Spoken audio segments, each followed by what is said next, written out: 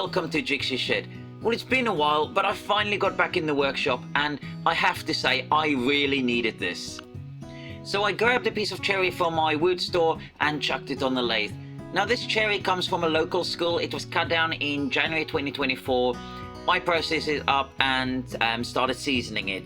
It was about 15% moisture in it still, so a little bit on the damp side still, but for what I was making it really did not matter, and it was quite a joy to turn.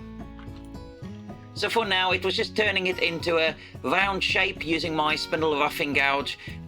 It made quick work of it with plenty of shavings on the floor, and once I took the mask off I could get the nice smell from the cherry as well.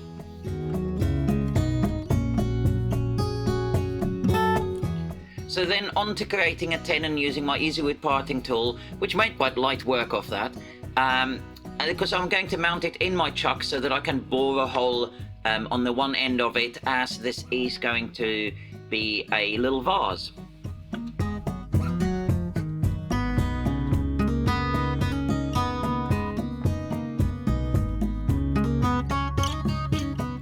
So now I'm just starting to work on the initial shape, and I decided to make a little separate foot for it, but as you will find later, I'm cutting this bit away, as once I mounted it in the chuck I didn't give myself enough space to then work on this foot even more. So the base of the vase is literally going to be where the cut-in is, just before that little bead.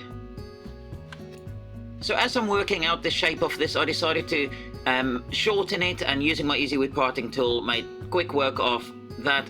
It's going to be a small bud vase, so I didn't need it as long as it was, and that would just make it unstable as well. So then using a Forstner bit to bore out the center part before I can hollow into the vase.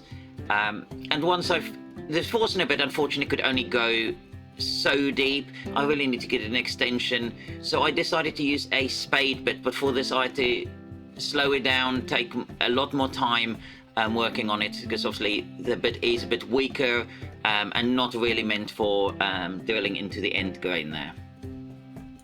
And then, having brought the tailstock back up into the hole I've just made, I then started working a bit more on the shape I was going for this vase, before then working on the hollowing.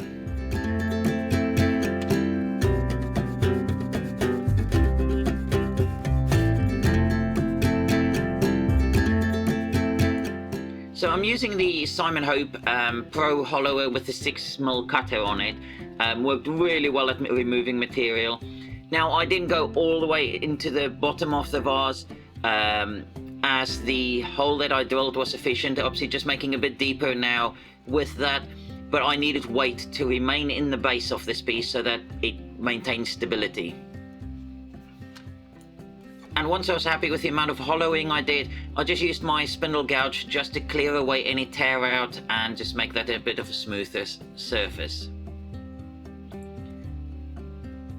And then it was on to refining the outside shape.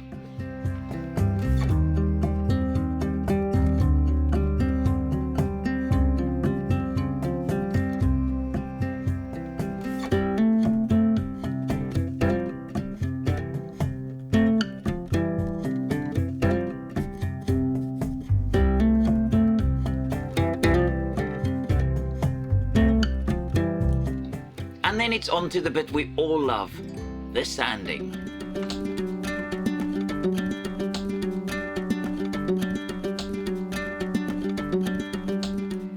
Alright then, let's skip ahead.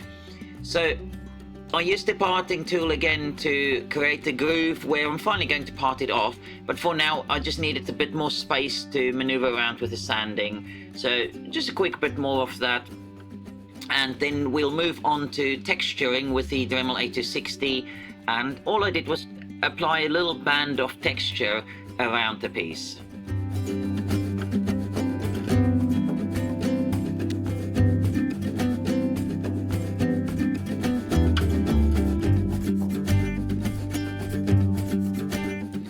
So to make it look a bit neater, I decided to add 2 lines using my skew chisel, and then I could just do the texturing up to those lines as well.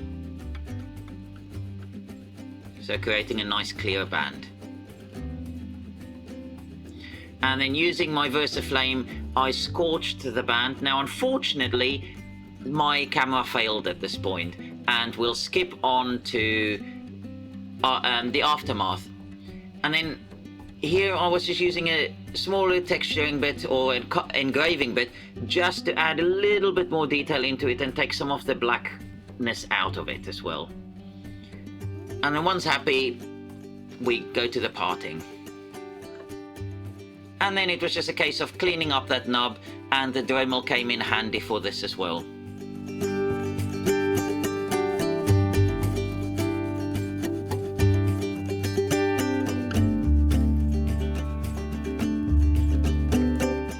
And then it was just a case of cleaning with methylated spirits or denatured alcohol before applying rubium monocoat oil plus 2C pure to the piece to finish it.